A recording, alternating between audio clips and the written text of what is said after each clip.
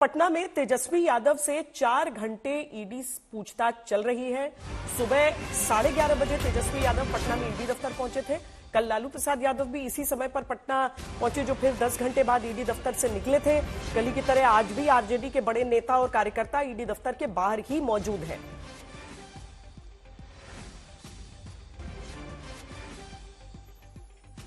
तरफ पूर्व deputy CM Tejashwi Yadav से ईडी की टीम पूछताछ कर रही है, तो वहीं दूसरी तरफ ईडी दफ्तर के ठीक सामने इस मंदिर परिसर की तस्वीर आपको दिखाते हैं, जहां तमाम नेताओं का जमावड़ा है इस वक्त। और देखिए मीडिया का भी हुजूम है, रिएक्शंस लिए जा रहे हैं ईडी की कार्रवाई, ईडी की पूछताछ पर। और मंदिर पर सवाल उठाने वाले पूर्व शिक्षा मंत्री चंद्रशेखर भी मंदिर परिसर में ही बैठे हैं। मनोज झा, सुनील कुमार सिंह, तमाम नेताओं की मौजूदगी यहाँ पे। बड़ी संख्या में विधायक और विधान पार्षद, पार्टी के नेता आए हैं और सब उस वक्त तक बैठे रहेंगे जब तक ईडी की टीम जो है वो पूछताछ करेगी। और कई पूर्व मंत्री भी यहाँ पे हैं लगातार जो यहाँ बैठे हुए हैं।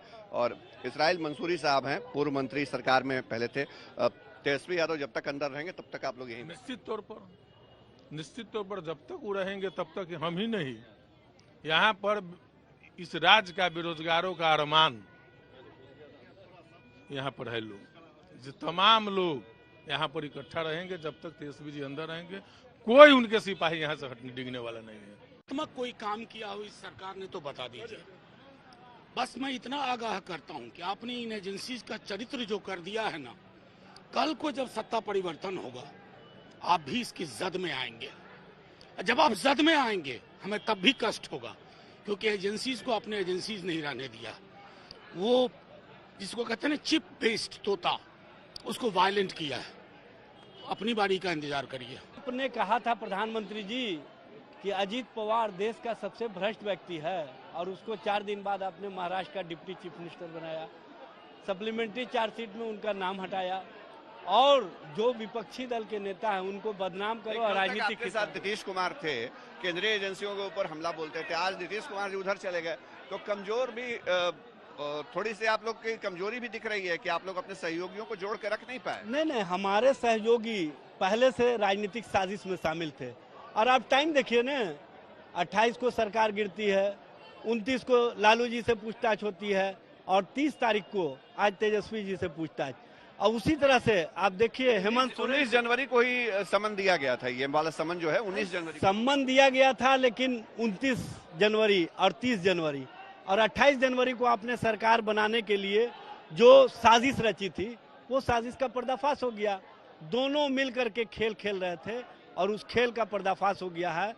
ये टाइमिंग समझ लीजिए कि किस तरह की राजनीति चल रही है। जो मंदिर परिसर में जमावड़ा है वो है आरजेडी नेताओं का, और ये जमावड़ा तब तक रहेगा जब तक तेजस्वी यादव से ईडी की टीम अंदर पूछताछ करती रहेगी।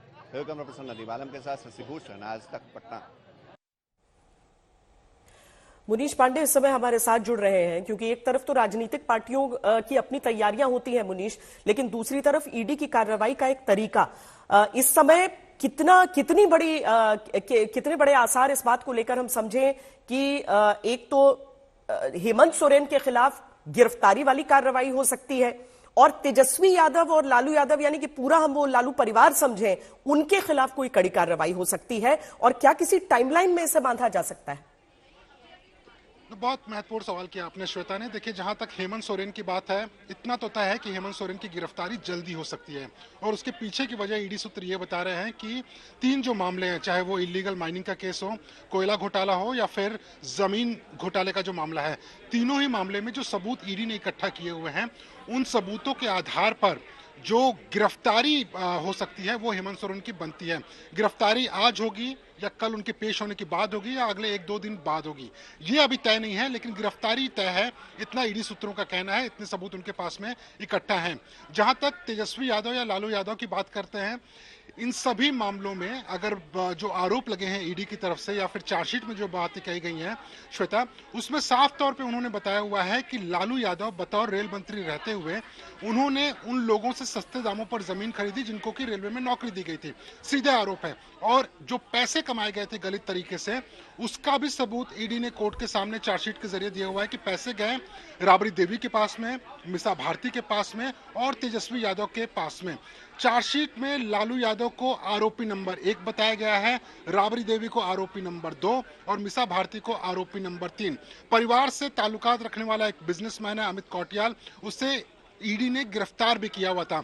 जहां तक तेजस्वी यादव की बात है श्वेता, देखिए तेजस्वी यादव क्यों इस मामले में घिर गए, क्योंकि तेजस्वी यादव का बार बार ये कहना है कि वो जब ये कथित घोटाला हुआ था उस वक्त वो नाबालिग थे, 14 साल की उम्र में कोई कैसे घोटाला कर सकता है। लेकिन ईडी का ये कहना है कि जो गलत तरीके से पैसे कमाए गए थे उन्हीं पैसों का इस्तेमाल करते हुए बेनामी संपत्ति तेजस्वी यादव ने बनाई और आज भी बिजनेस चल रहा है। क्योंकि आखिर में तो जब भी ईडी की गिरफ्तारी अगर होती भी है तो मामला अदालत में पहुंचता है, अगर सबूतों का अभाव रहता है तो फिर आगे कोई कार्रवाई हो नहीं सकती है। इसीलिए अभी देखना होगा आगे क्या होता है।